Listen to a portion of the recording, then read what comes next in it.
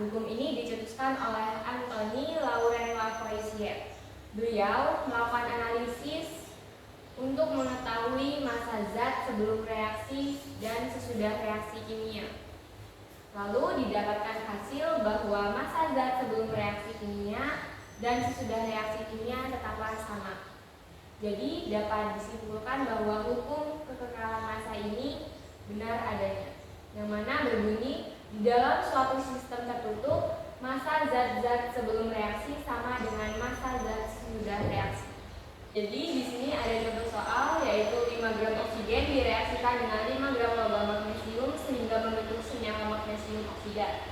Dari reaksi tersebut, berapa massa magnesium oksida yang dihasilkan?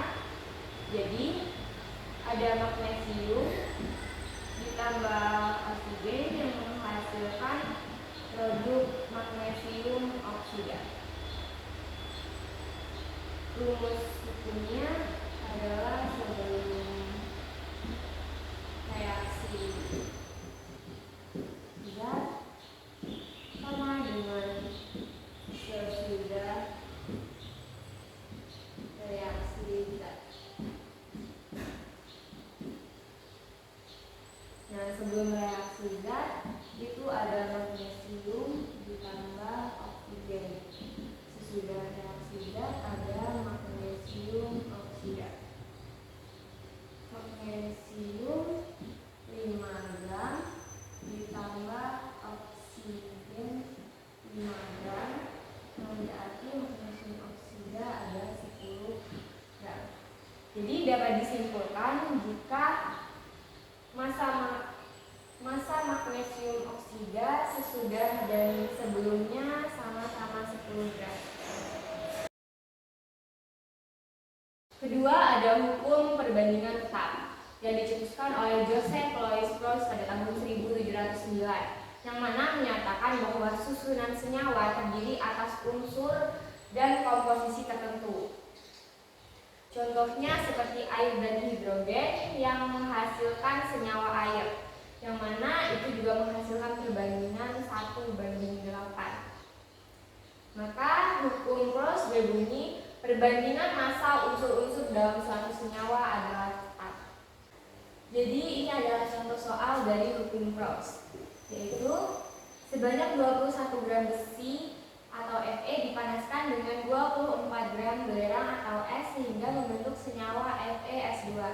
Sehingga jika ArFe adalah 56 dan ArS adalah 32, tentukan sisa zat yang tidak bereaksi dan banyaknya FeS2 yang terbentuk. Jadi perbandingan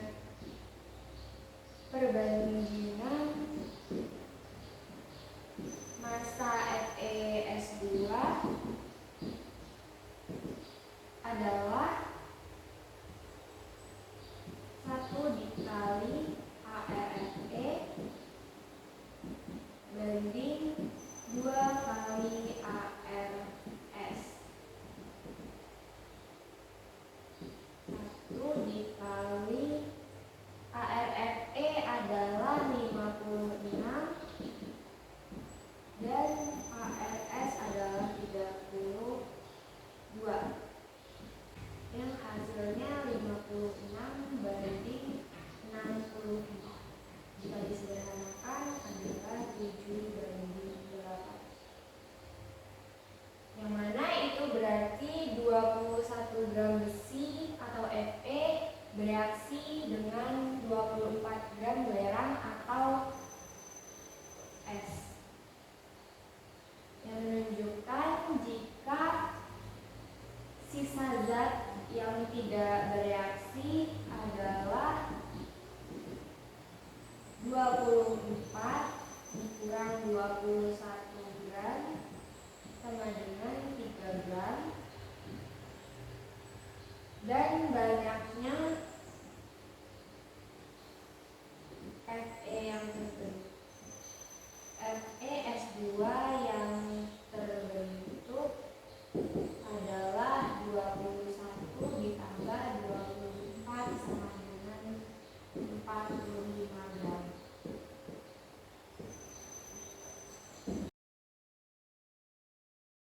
Yang ketiga ada hukum kelipatan biasa disebut hukum Dalton.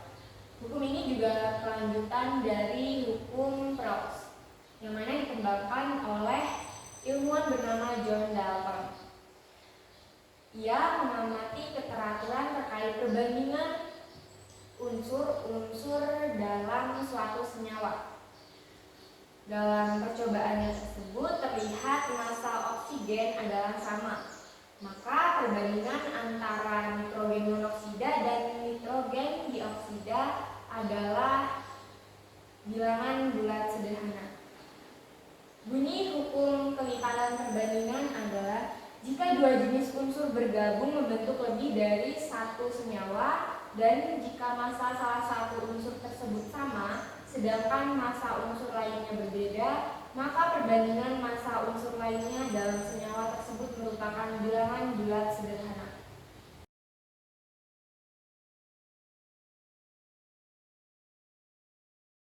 Yang keempat ada hukum perbandingan volume yang ditemukan oleh Joseph Louis G. Lusak pada tahun 1808. Ia mengamati hubungan antara volume gas dengan reaksi kimia. Hasil pengamatannya, pada suhu dan tekanan yang sama, volume gas oksigen yang bereaksi dengan dua volume hidrogen yang menghasilkan dua volume uap air. Hukum ini hanya berlaku untuk reaksi gas yang susunan molekulnya sederhana. Dengan hukum ini, volume gas di suatu reaksi dapat kita temukan apabila salah satu gas diketahui. Bunyi hukum perbandingan volume ini adalah pada suhu dan tekanan yang sama, volume gas-gas yang bereaksi dan volume gas-gas hasil reaksi berbanding sebagai bilangan bulat dan sederhana.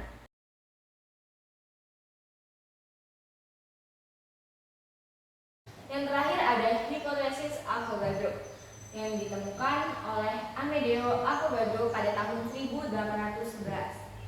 Dalam pengamatannya, ia menemukan suatu partikel unsur tidak selalu berupa atom tunggal, melainkan dapat berupa molekul unsur atau dua atom dan lebih.